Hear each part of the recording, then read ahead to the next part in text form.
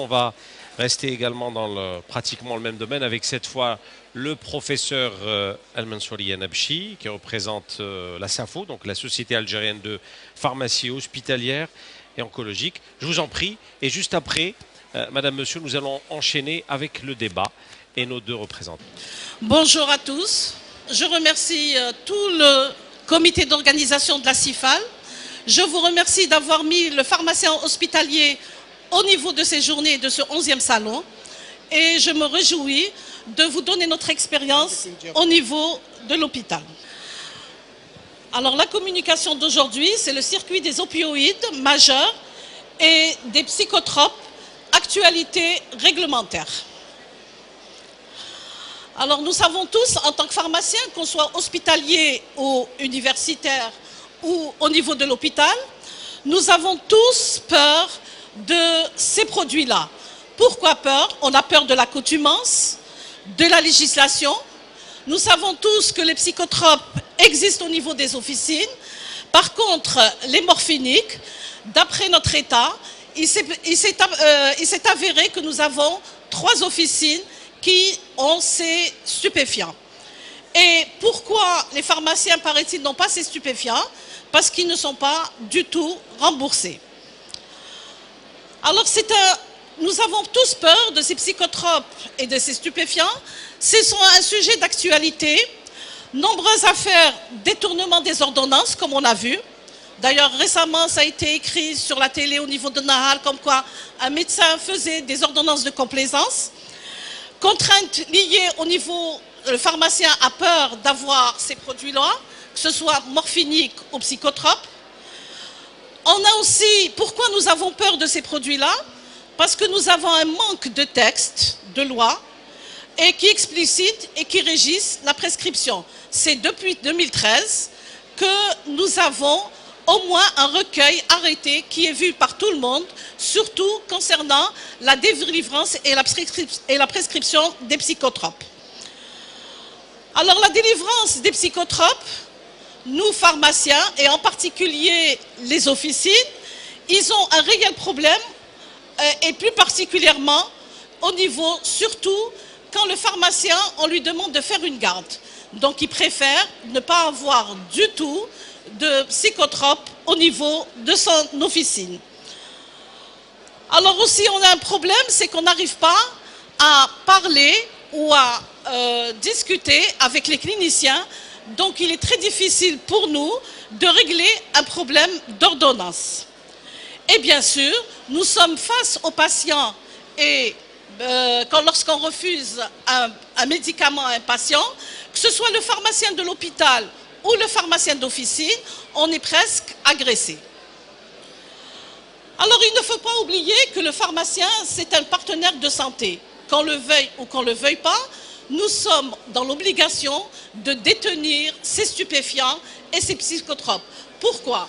Pour soulager le patient pour la douleur et aussi pour arrêter, si un malade a des troubles, une insomnie, on est obligé de satisfaire nos patients.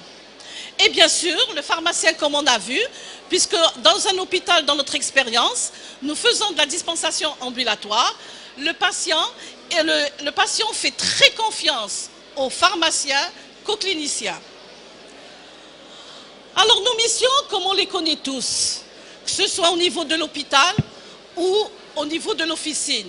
Alors nous, en tant que pharmaciens, je le dis, je le répète, nous ne sommes pas des exécutants d'ordonnances. Nous validons les ordonnances. C'est pour ça que notre présence est obligatoire soit derrière le comptoir ou au niveau de la pharmacie et même dans un service clinique. Nous, notre but aussi, c'est d'informer et assurer la bonne compréhension du traitement. Et aussi, on doit connaître tous les effets indésirables des médicaments qui se trouvent à l'intérieur de notre pharmacie, que ce soit hôpital ou officine. Alors, dans nos textes, pourquoi nous avons peur de ces produits-là? Que disent nos textes concernant les stupéfiants, concernant les psychotropes? C'est les mêmes textes, que ce soit à l'officine ou à l'hôpital. Alors, dans les références que nous avons, nous avons exactement 3 textes. On a la loi de 04-18 du 25 décembre 2004 relative à la prévention et à la répression de l'usage du trafic illicite des stupéfiants et des psychotropes, que tout le monde n'aime pas, cette loi. Le décret exécutif numéro 07-228, correspondant au 30 juillet 2007, fixant les modalités d'octroi d'autorisation des psychotropes et des stupéfiants à des fins médicales et scientifiques. Là, ça a été un plus, surtout pour les laboratoires qui font le contrôle des psychotropes et des dosages, et aussi pour la recherche. Et l'arrêté du 9 juin 2015 portant classification des plantes et des substances classées comme stupépsychotropes ou précurseurs. Mais je pourrais vous dire que ces 3 arrêtés, en tant que pharmacien hospitalier ou en tant qu'officier, ils ne nous rapportent rien. C'est vrai, nous avons des listes, mais nous, en tant que pharmaciens, nous sommes les derniers maillons de la chaîne, donc nous recevons les produits qui sont enregistrés. Donc nous, c'est le produit fini, c'est le médicament qui nous intéresse. Donc stupéfiants et médicaments utilisés à des fins médicales. Alors tout pharmacien, son objectif, c'est de connaître la législation, il doit la connaître par cœur. Il doit consolider la traçabilité, c'est ce qu'on est en train de faire avec les projets d'arrêté que nous faisons. Nous devons comprendre le rôle du pharmacien dans la gestion des stupéfiants et psychotropes. Alors quand je dis il faut comprendre, c'est-à-dire quand je dis je ne donne pas, il faut que les gens savent le pourquoi de la chose. C'est pas donner, je suis là pas pour donner ou de distribuer les médicaments. Et mon rôle, c'est donner conseil aux patients lorsque je prends ces stupéfiants. Alors les stupéfiants et les psychotropes, je ne vous apprends rien. Ce sont des substances psychoactives pouvant, dans le cadre d'un usage détourné, faire l'objet de pharmacodépendance ou d'abus. La pharmacodépendance se caractérise comment? Par le désir obsessionnel de se procurer ou de s'administrer une substance. Alors, l'abus de ces produits-là se définit comme une utilisation excessive et volontaire. Plus précisément, un psychotrope, et on a vu aussi, c'est une substance chimique qui agit sur le système central nerveux. C'est ce qu'on a vu en pharmacologie. Alors, les psychotropes sont notamment utilisés dans le traitement de la douleur. Donc, on est obligé de soulager un patient.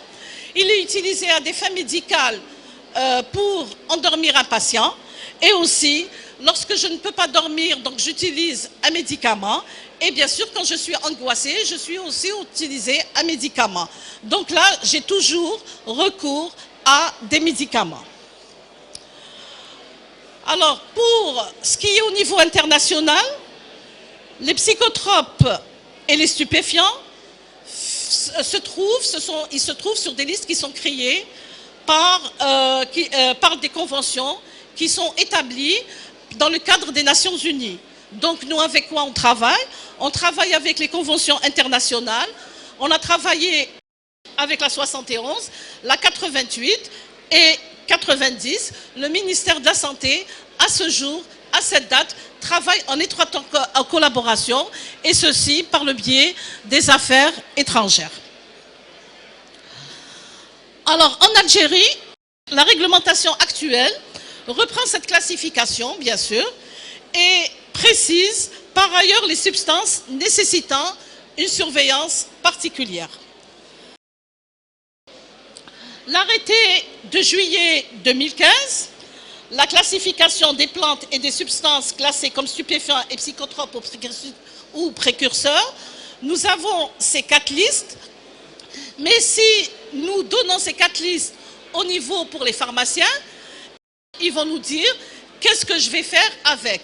Mais là, c'est uniquement, ces 4 listes sont surveillance particulière, en particulier, ça sert surtout au niveau de l'importation. Alors le ministère de la Santé est entraîné de mettre en place un système permettant la surveillance des cas d'abus et de dépendance liés à la prise des substances ou des plantes ayant un effet psychoactif. Nous savons tous que nos médicaments sont classés en 4 classes.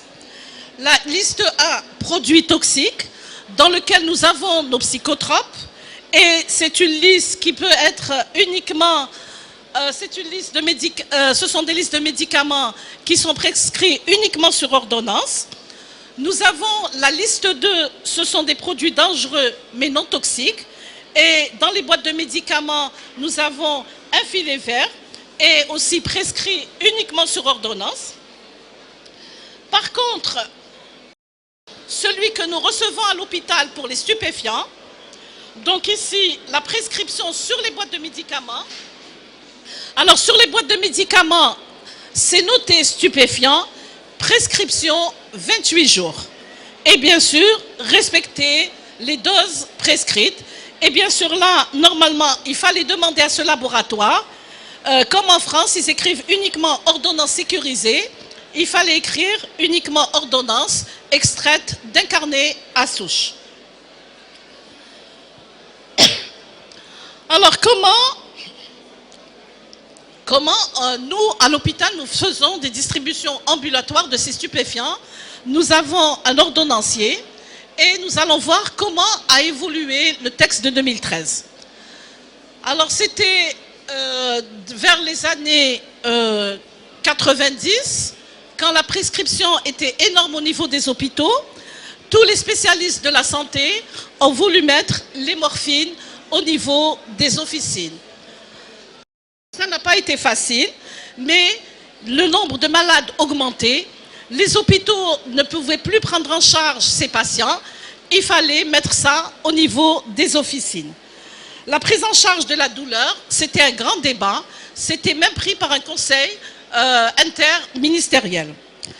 Alors, quelle est la prise en charge de la douleur? La prise en charge de la douleur est devenue une priorité. C'est pour ça que tout à l'heure, maintenant l'enregistrement par exemple de la morphine de sulfate et le nouveau arrêté de 2013, la législation est passée, au lieu de la prescription de 7 jours, qu'on verra après, elle est passée à 28 jours. Alors l'actualité c'est quoi? L'actualité, 29 juin 2013, les modalités de prescription des dispensations de l'ordonnance contenant des substances classées comme stupes a changé et on verra après. Et M. Bellambry vous a donné le tableau tout à l'heure des morphines qui ont été arrêtées avec la durée de prescription. Et aussi on a un nouveau arrêté qui était du 19 décembre 2012 fixant la liste des médicaments analgésiques opioïdes, morphiniques, remboursables par la sécurité sociale. Donc là, on voit bien qu'il y a une nette amélioration.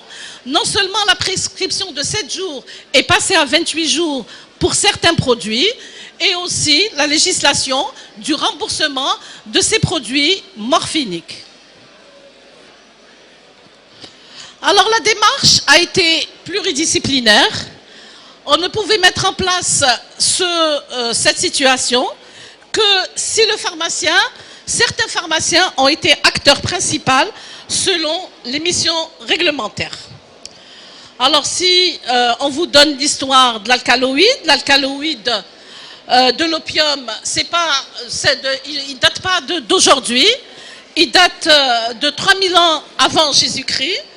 La découverte en 1805 par un pharmacien allemand, Friedrich Stirner, qui donnait de la morphine par analgésique par excellence.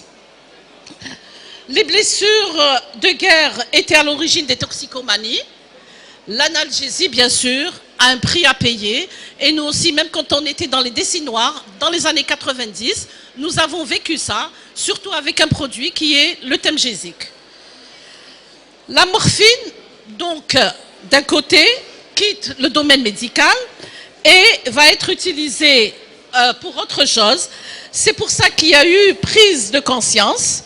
Et bien sûr, il y a eu le décret du 14 septembre 2016, dose d'exonération qu'il ne fallait pas dépasser une certaine durée de prescription. La règle des 7 jours, il fallait qu'elle s'adapte. et bien sûr, exonération des préparations topiques. En 1976, nous en Algérie, nous avons un décret portant la réglementation des substances vénéneuses. En 87 et 88, même si nous, on n'a pas vu ces deux circulaires, mais ils étaient dans le bulletin du ministère de la Santé, et il y avait deux circulaires en 87-88, circulaires relatives à la gestion des stupes. En 96, tout le monde s'est intéressé à la dispensation des stupes dans les hôpitaux. Et bien sûr, il y a eu un arrêté qui est resté au niveau du ministère 96, fixant les substances classées comme stupes. En 99, nous avons eu le modèle du registre spécial des stupéfiants. Alors, le décret 76, on avait des ordonnances qui étaient datées, signées, faisant figurer en toutes lettres la dose. Le pharmacien transcrit les prescriptions et le registre était conservé pendant 20 ans. Dans le décret 76, nos médicaments à ce jour sont classés sous les tableaux A, B, C. Nous avons eu la dose d'exonération ne dépassant pas 7 jours. Et bien sûr, les registres des ordonnances conservées, au lieu que de 20 ans, c'était 10 ans. Et bien sûr, tous ces médicaments devaient être dans un coffre fermé à clé. Tableau A. Alors l'arrêté 69, 16 juillet 96, portant la réglementation de la dispensation des substances vénéneuses, donc prescription, dispensation et mettre les médicaments psychotropes et stupéfiants au niveau d'un coffre. Alors nous, à l'hôpital, parce que c'était uniquement à l'hôpital, tous les psychotropes qui devaient aller vers les unités de soins, on avait un carnet qui, normalement, en 2016, il doit être uniformisé parce que d'un hôpital à un autre, le carnet n'a pas le même modèle. On a, c'est vrai, la même conception, il est coloré en rose. On a toujours la date de 1916, donc on doit changer nos carnets. Ces carnets-là sont numérotés, à feuillets paginés, de couleur rose, c'est une couleur universelle, et réservée uniquement entre la pharmacie principale et les unités de soins. L'original de la prescription, c'est-à-dire du côté A, elle va vers les unités de soins, elle est gardée chez le prescripteur. Par contre, la deuxième, elle est gardée au niveau du coffre à la pharmacie. Par contre, aussi l'arrêté 69, qu'est-ce qu'il nous dit? Alors, quel que soit l'approvisionnement, que ce soit en morphinique, que ce soit à l'hôpital ou à l'officine, nous avons le même carnet qui est au niveau, que nous récupérons au niveau de la DSP, et l'approvisionnement en morphinique, le seul importateur, c'est la pharmacie centrale. Alors, on utilise des volets foliotés, extraits d'un carnet à souche. Le premier, il reste à la pharmacie. Le deuxième, il reste à la PCH. Le premier, on nous le rend à notre niveau. Le directeur de l'établissement, bien sûr, puisqu'on est sous sa responsabilité, il est obligé de nous donner la liste des prescripteurs qui prescrivent ces produits-là. Alors le nom, la qualité et le spécimen de signature. La personne qui prescrit et la personne qui retire. Donc toujours dans cet arrêté 69, les produits doivent être fermés à clé dans un coffre. Et bien sûr, ce coffre ne doit contenir que des stupéfiants. Il ne doit pas contenir des psychotropes. Si on a des psychotropes, il faut qu'ils soient dans une autre armoire fermée. Les médicaments ne doivent pas être remis par le pharmacien qu'au surveillant médical qui a été nommé par le chef de service. Et bien sûr, le prescripteur, il doit être défini, comme on l'a dit tout à l'heure, par le directeur de l'établissement.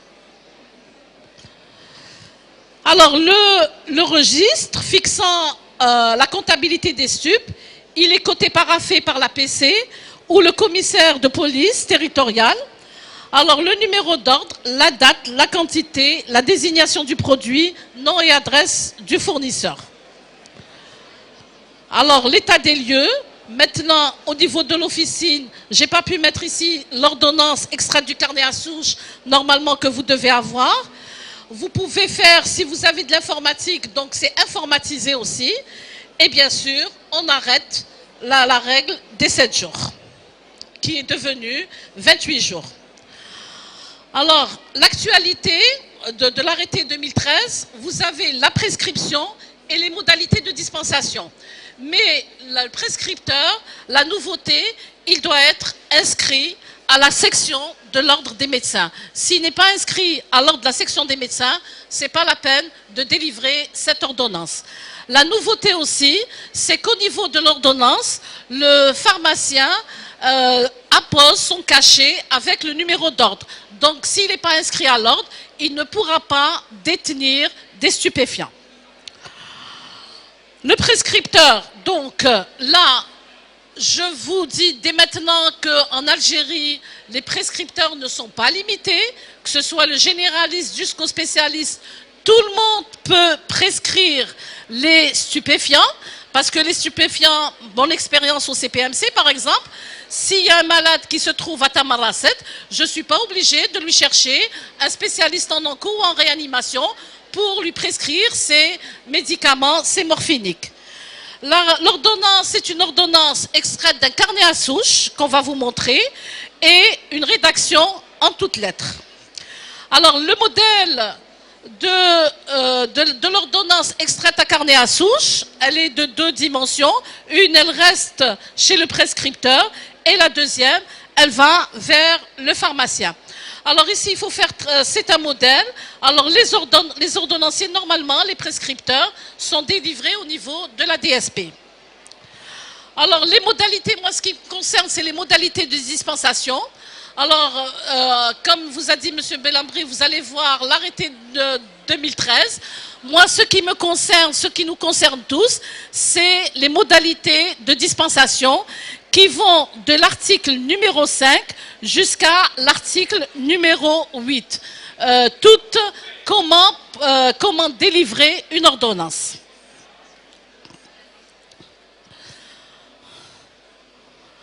Alors, le projet d'arrêté des psychotropes qui est en cours d'élaboration. Alors, le prescripteur, ce qui pose des problèmes, c'est surtout le prescripteur en ville. Est-ce qu'on doit définir les différents prescripteurs ou c'est tous les prescripteurs, surtout pour certains produits? Est-ce que l'arrêté qui nous a été remis avec les cases listes, est-ce qu'il va nous servir, nous, en tant que pharmaciens, pour quelque chose? Je dirais non. Rédaction de l'ordonnance. L'ordonnance qu'on a proposée, c'est d'avoir les ordonnances en 3 exemplaires, bien sûr avec des couleurs codifiées. Quelle est l'ordonnance qui reste chez le pharmacien? Quelle est l'ordonnance qui va vers le médecin? Et quelle est l'ordonnance que garde le malade? On a la rédaction de l'ordonnance, elle ne doit pas dépasser les 3 mois. Et on doit mettre en place un ordonnancier pour le prescripteur, pour la prescription des psychotropes. Je ne sais pas si les médecins vont accepter cela, parce qu'il faut leur demander toujours. Alors, la gestion des psychotropes en officine. Alors, la commande, c'est de faire un bon de commande à part psychotrope et de l'envoyer chez le fournisseur, facturé à part. La réception, bien sûr, la facture, puisqu'elle est à part d'un psychotrope, donc c'est facile à contrôler. Et bien sûr, le stockage doit être dans un local fermé. La délivrance, c'est vérification de l'ordonnance qui doit être recevable, prescription sur l'ordonnancier. Pour nous, ça, c'est une obligation. Et ça va être notre seule pièce maîtresse pour tout contrôle qui peut avoir lieu. Conservation de l'ordonnance, conservation d'une copie de l'ordonnance pendant 3 ans, l'original et la propriété du patient s'il n'est pas affilié à la CNAS. Ordonnance classée par nom de médecin, c'est plus facile, et par ordre chronologique. Là, c'est des propositions, c'est pas... Alors, les périmés. Alors, pour éviter des périmés et des détournements des médicaments périmés à la pharmacie, donc les périmés aussi dans le projet existent des psychotropes. Le pharmacien détruit les psychotropes périmés en faisant un rapport préalable à la DSP. Et les produits aussi qui sont dénaturés. Alors, la législation qu'elle soit, même si le malade s'en plaint parfois, ou le prescripteur, parce que nous recevons le pharmacien, c'est lui qui paye toutes les conséquences. Ces règles sont établies dans son intérêt, dans notre intérêt en tant que pharmacien, et puis l'intérêt du patient. Il faut donc éviter de dépanner ou de faire du social, pas de social, ni avec les psychotropes, ni avec les stupes, pour faire plaisir à un patient ou à son parent, car se servir peut se retourner contre le pharmacien. Le respect de ces règles, de ces dispensations revêt une grande importance, car la responsabilité du pharmacien est hautement engagée. Et je vous remercie.